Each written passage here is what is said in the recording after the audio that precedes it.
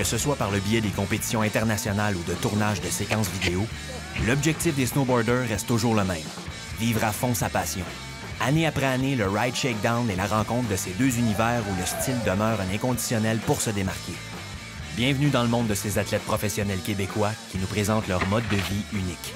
Aujourd'hui, quand tu veux devenir un rider professionnel, c'est certain que tu n'as pas le choix de décider si tu vas vers le milieu de la compétition ou du film. Souvent, la compétition t'aide à te faire connaître, puis après ça, là, tu peux décider de faire un choix. Les compétitions, pour moi, j'en ai fait plus jeune. C'est un peu comme ça que je gagne un peu d'argent pour réussir à continuer à faire du snow, faire un voyage ou deux pour aller filmer, justement.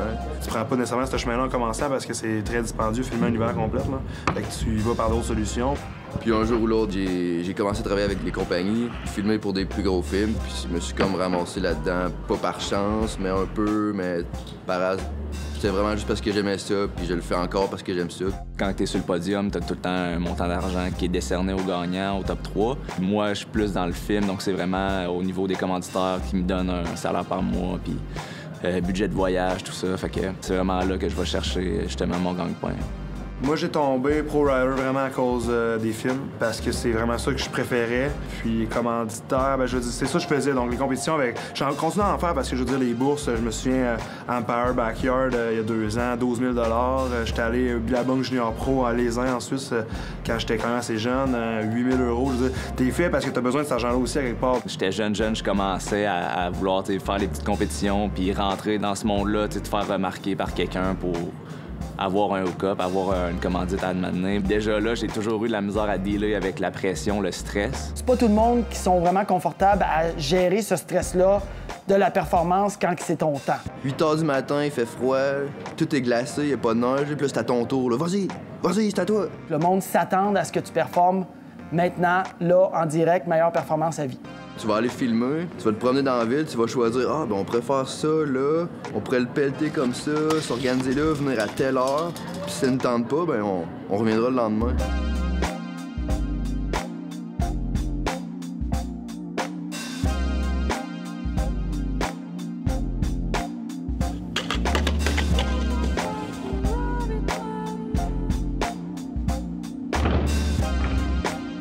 C'est un hiver complet. On part, mettons, là, il n'y a pas de neige ici à Québec.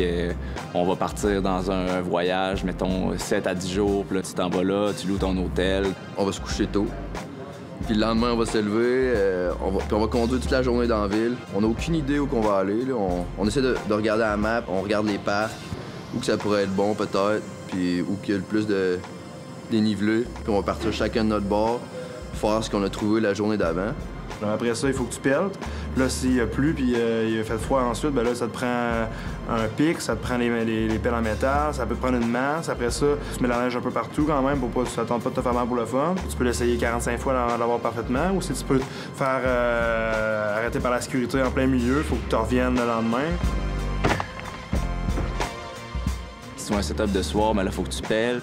Tu sortes la génératrice, tu sortes les lumières, tu installes tout. Le processus au complet est plus long de nuit. Derrière, un truc, là, il peut avoir 30 heures de préparatifs. Puis souvent, quand tu fais du premier coup, il n'est pas parfait. Fait qu'il faut que tu continues à le réessayer. C'est des journées complètes. Mais ça, on essaie de garder ça court. Là.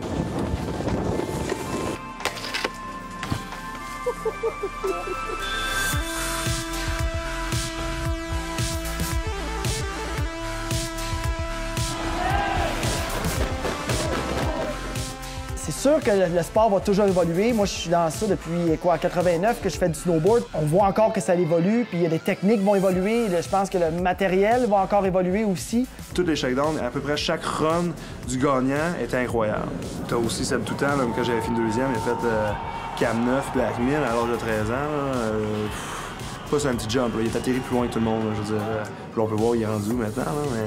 Personnellement, je sais pas si un jour je vais faire un triple corps, je pense pas, là, honnêtement. Mais je trouve ça incroyable que ces gars-là soient capables de le faire comme ça, en répétition, en compétition, soient capables d'atterrir ça constamment. L'évolution, je te dirais, pour les rails dans les 5 dernières années, là, a grandi autant que dans les sauts, si on veut. Parce que dans les sauts, les autres, ils gardent le même saut. Tandis que nous autres, dans la rue, si tu veux, là, on est rendu qu'on utilise vraiment tout, là, on voit tout. C'est pas juste des rails qui down avec 25 marches. Là, on y va, on saute sur les murs, on passe en dessous d'un objet. Je pense que c'est plus les spots qui changent, qui évoluent. comment qu'on voit les structures dans la ville, le fait qu'on a des bungees puis des winches pour avoir de la vitesse, mais ça rouvre des portes, puis ça fait en sorte qu'on peut faire des choses que Jeremy Jones puis J.P. Walker n'auraient pas pensé en 2000 dans True Life. Fait que... Si avec le style, tu es capable de faire 4 tours ou tu es capable de faire 30 marches, fine, mais encore là, ça va vraiment être de faire la promotion, du contrôle puis du style avant tout. Puis oui, c'est certain qu'il va toujours avoir quelqu'un à quelque part qui va décider d'essayer de quoi de fou, mais est-ce que ça va être beau? C'est ça la question. Ouais, s'ils veulent faire leur pirouette en tournant, puis si c'est beau, ben ouais, tant mieux, c'est vraiment cool. Là. Moi, j'en fais pas en vrai. Moi, je reste dans la rue puis je fais mes affaires. Mais en autant que ça reste stylé, moi, je suis d'accord avec tout ce qu'ils vont faire. Et où la limite, on peut pas le dire. Là. Même chose d'un rail, on peut pas prédire dans quelle voie ça va s'enligner. Les trucs techniques, de combien d'étages on peut sauter en bas d'un rail, ben seuls les prochains films vont nous le dire. Là.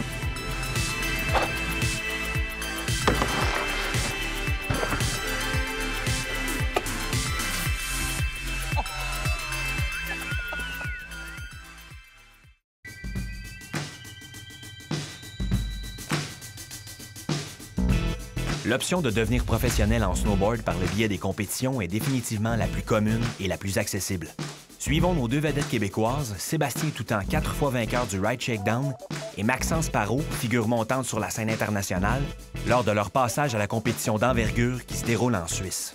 On est ici aujourd'hui au Nil Evolution à Davos, en Suisse. C'est un 6 étoiles TTR sur le World Snowboard Tour. C'est un des plus gros événements de bigger de l'année. Mais qu'est-ce qui est le fun, c'est que tu as vraiment beaucoup de pratique. Deuxième jour de pratique. Il y a 4 jours de pratique, puis il y a 5 heures de pratique chaque jour. Sur un jump parfait, avec un T-bar juste à côté. Franchement, la première pratique, c'est vraiment d'y aller mellow, pratiquer une coupe de spins différents. Un coup, je sais la vitesse, je vais commencer à faire des 5, des 7, des 9. Je vais checker toutes les options de rail, qu'est-ce que tu aimerais ça faire. Après ça, la deuxième pratique, souvent, c'est beaucoup mieux. Fait que là, on commence à essayer nos trucs, là, des double cork, pratiquer des rails un peu plus durs. Puis la troisième journée, ben là, tu pratiques vraiment tes trucs de compétition parce que la semi-finale, elle s'en vient bientôt. À Davos, on avait un jump parfait pour faire les trucs que je dois faire. Cette journée-là, j'ai appris à faire switch, double backflip. Et puis cab, double rodéo 1000. C'est rare que j'essaie un nouveau truc dans une compétition. C'est sûr qu'on n'a pas beaucoup d'entraînement dans une année. On a des compétitions chaque semaine, donc l'entraînement se passe surtout dans les pratiques des compétitions.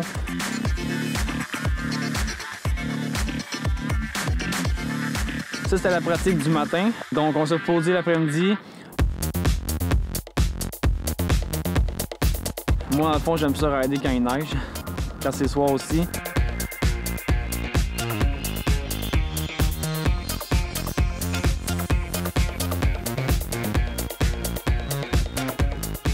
Il n'y avait pas de vent, l'éclairage était débile, le jump était fresh groom, c'est comme... Comment tu te sens, Max? Tu penses-tu que tu vas le faire, tu sais?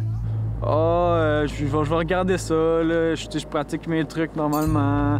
Il va toujours se préparer mentalement. Il va jamais parler d'un nouveau truc s'il l'a pas fait encore. Le jump, on avait assez de speed, même s'il neigeait. Donc là, je me suis dit, le landing, il va être mou, tout ça. Donc, let's go, on y va.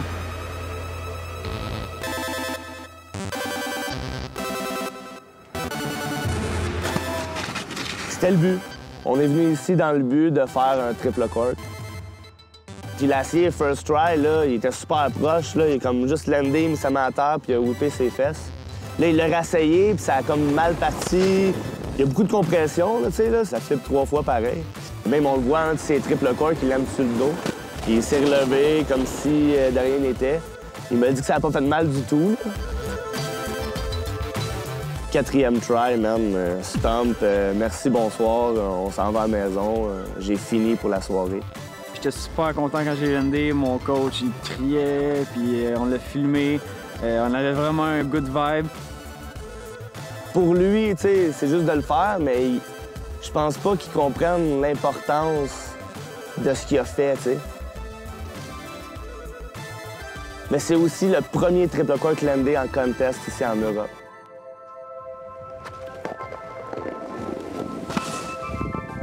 Le backtrip pour Maxence, c'est quand même clair dans sa tête parce qu'on l'a fait tellement souvent en trampoline, en super tramp, que pour lui, de l'essayer, c'était pas nécessairement quelque chose de stressant.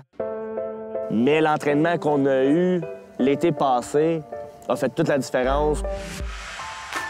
Mais je pense que la trampoline, c'est le moyen d'apprendre les trucs sans se faire mal. C'est sûr qu'on fait pas de la trampoline comme les personnes qui vont au Cirque du Soleil. T'sais, on fait vraiment de la trampoline comme des snowboarders. On fait semblant que le jump est par là. On ride tout le temps les pieds décollés comme si on serait en snow. On fait les prises de pieds comme si ça serait ton snow. Aujourd'hui, tu as besoin de faire des double corks dans une compétition, maintenant des triple corks. Fait que le fait d'avoir une trampoline, si t'es capable de les faire facilement sur la trampoline, quand tu vas arriver sur la neige, tu vas avoir déjà une habilité que tu n'aurais pas eu si tu l'aurais essayé direct sur la neige. Bien, c'est sûr que le triple cork, c'est quand même un truc risqué. Là. Fait que c'est pas quelque chose qu'on va faire pour rien. Fait qu'il va le garder pour la finale, puis il va vraiment s'assurer là, de le faire quand c'est le temps. Dans le fond, à Davos, c'est un format très spécial. On appelle ça des battles. T'es 1 contre 1, et puis là, on te donne 3 runs. Et puis là, si tu réussis à battre l'autre, eh bien, tu passes au next round. C'était 2 1 contre 1 le vendredi. Je me suis pogné, je me souviens plus contre qui la première fois.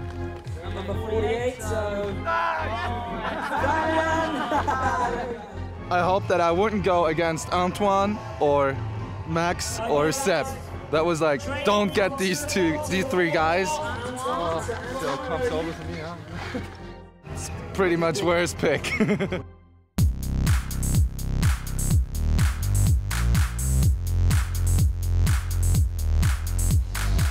Antoine Truchon, un beau frontside double cork 1080 bien exécuté.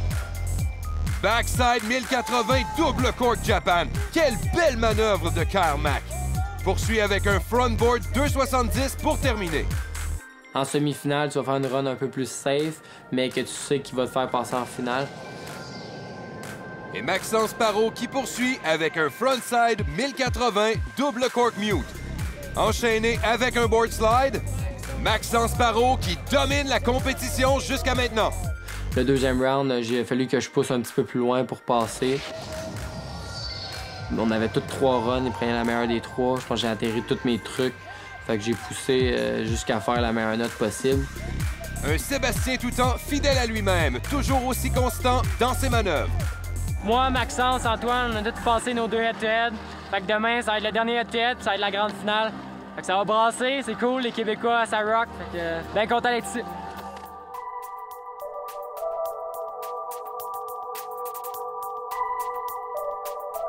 Il y a beaucoup de jeunes qui me demandent comment tu fais pour te rendre un professionnel en snowboard, comment tu fais pour avoir des commanditaires, puis comment moi, je me suis dit, est-ce que je me suis dit, OK, je vais être un professionnel, mais je pense que tout est arrivé comme d'une certaine façon que j'ai jamais eu vraiment à me poser la question.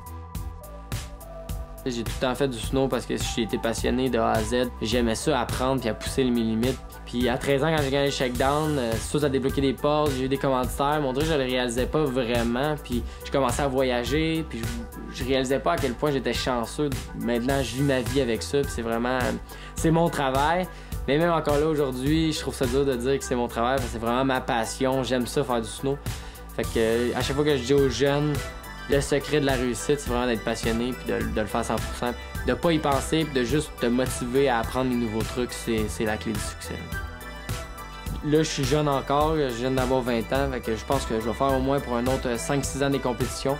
Par après, je vais avoir mon niveau de truc va être vraiment élevé puis j'aimerais ça me rendre plus dans les catégories de films de snow. De passer par le monde des compétitions, faire grossir ton nom, ramasser tes commanditaires, après aller un peu plus dans le monde des films.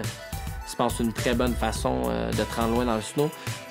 J'ai les Olympiques qui s'en viennent l'année prochaine. Fait que je le sais qu'il faut que je travaille fort, je sais qu'il faut que j'aille au gym, je sais qu'il faut que je m'entraîne, il faut que j'apprenne des nouveaux trucs pour être sûr de ne pas laisser la chance aux autres athlètes de pouvoir gagner. Je pense que c'est important pour moi de me donner à 100%, puis d'avoir ma famille à mes côtés, juste d'entendre la version de mes parents, de qu'est-ce qu'ils en pensent des Jeux Olympiques. Je pense que ça m'a vraiment ouvert les yeux de à quel point c'est important, puis c'est pas juste une compétition comme les autres.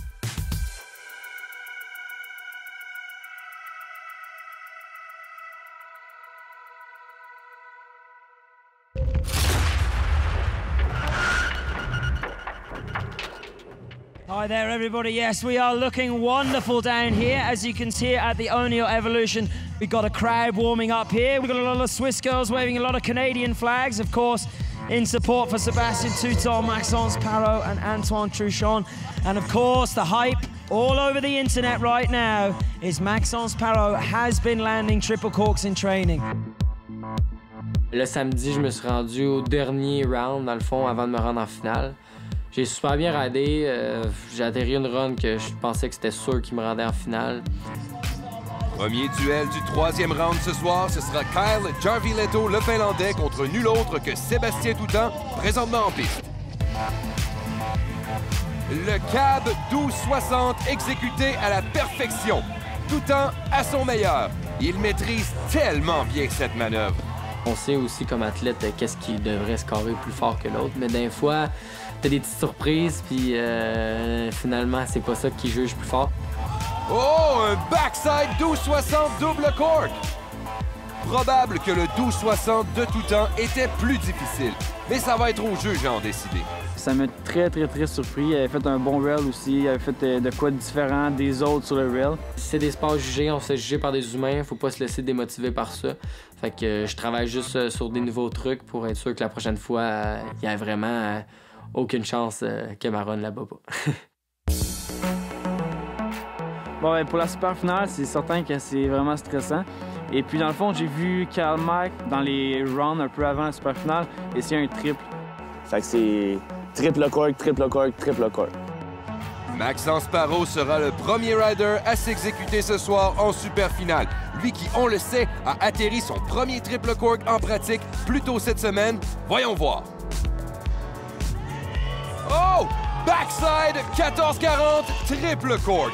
Maxence Parot qui débute en force ce soir et ce, dès sa première descente. Et on vient d'assister à une première ce soir. Le premier triple cork atterri en compétition en sol européen. Regardez-moi ça. Première run, j'ai réussi à faire mon triple. Je mets une petite main par terre. Après ça, je vois Karl Mack fait un back mill double Japan. Parfait. Et il y en a juste 2 dans le monde qui font ça en ce moment. C'est un truc très impressionnant avec beaucoup de style. Ça avait mis que dans le fond une place safe pour le podium. Si je gagne avec mon triple cork avec une main par terre, je serais pas fier de moi. Deuxième tentative pour Maxence Parot ce soir. Triple cork. Ça y était presque un petit peu trop sur les talons. C'est ça aussi, l'adrénaline, tout ça. T'es en finale, les lumières, l'animateur. Deuxième essai pour Karl Mack et c'est un triple rodéo. Oh!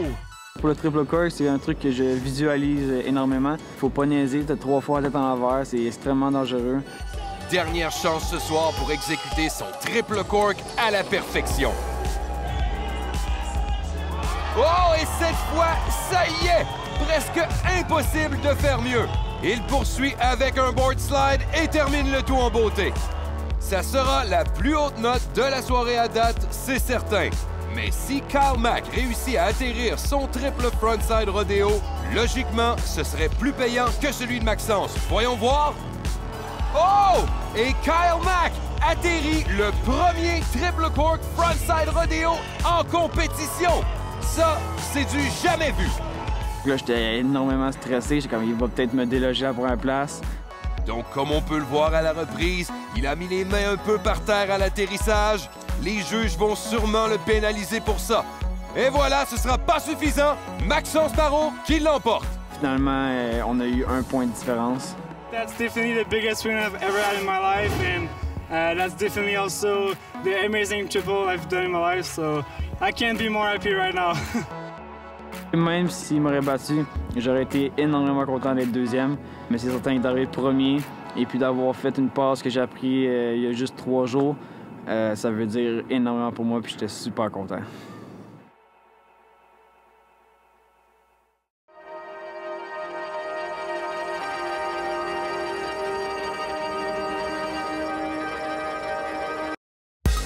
Par l'association toujours grandissante avec des événements locaux tels que le Atlas Open, le Ride Shakedown est un passage incontournable pour les snowboarders vers la compétition internationale professionnelle. C'était important pour le Ride Shakedown de s'associer avec des événements locaux, justement, pour pouvoir offrir l'opportunité aux gens qui vont terminer sur les podiums, ou souvent les premiers, d'être directement invités à la demi-finale. Ce qui qui fait en sorte qu'ils vont sauter une étape de celle de la qualification amateur pour pouvoir justement participer avec les pros invités puis déjà avoir une chance d'aller à la finale. Au slopestyle du Atlas Open, on a une super bonne affiliation avec les boys du Ride Shakedown. C'est notre 20e année cette année. Ça a toujours été axé sur le slopestyle. On a une portion que tu as des riders plus jeunes qui veulent se prouver, qui viennent. Je trouve ça vraiment le fun parce qu'on voit la jeune vague de riders québécois qui sont en gros talent. Le fait d'avoir un laissez-passer pour la demi-finale directement, t'arrives le samedi détendu. C'est un gros stress de partie. Compétition amateur, c'est quand même très dur. Ils en prennent juste 3 sur comme 80 à 100 participants. Quand on dit qualification amateur, en fait, on dit amateur parce que bon, t'es pas invité. Mais en même temps, il y a du monde qui ont un très bon niveau, qui sont capables de performer. Encore là, c'est de performer au bon moment et comment. Ça apporte les jeunes à essayer, voir ce que c'est, d'un, puis ça leur donne une chance de pouvoir en faire partie, tu sais. Juste d'avoir pas mal tout le Québec qui supporte cet événement-là, d'être là, de pouvoir te qualifier en finale. Je pense que chaque athlète du Québec espère être là. Je rêvais de gagner le Shakedown. Je pensais ça à l'école, dans l'autobus. Pendant toute l'année longue, je veux gagner le Shakedown. J'aimerais ça avoir un podium là. Juste le vibe, c'est tellement dur à décrire. Tu fais la demi-finale, tu te mesures contre les pros invités. Fait que là, tout de suite, tu vois ton niveau s'il est assez élevé. Puis après ça, ben là, si tu passes en finale, tu te fais voir, tu as la chance de performer, tout le monde est là. Tu peux vraiment te faire ouvrir les portes assez rapidement. C'est une compétition un peu plateau, dans le fond, qui t'aide à monter d'une coche.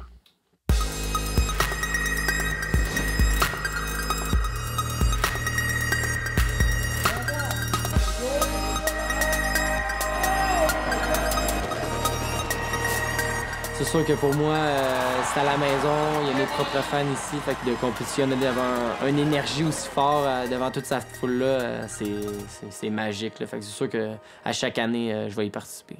Yeah. No doubt. Yo, you know what's funky, cause what? Yeah. Hey, yo.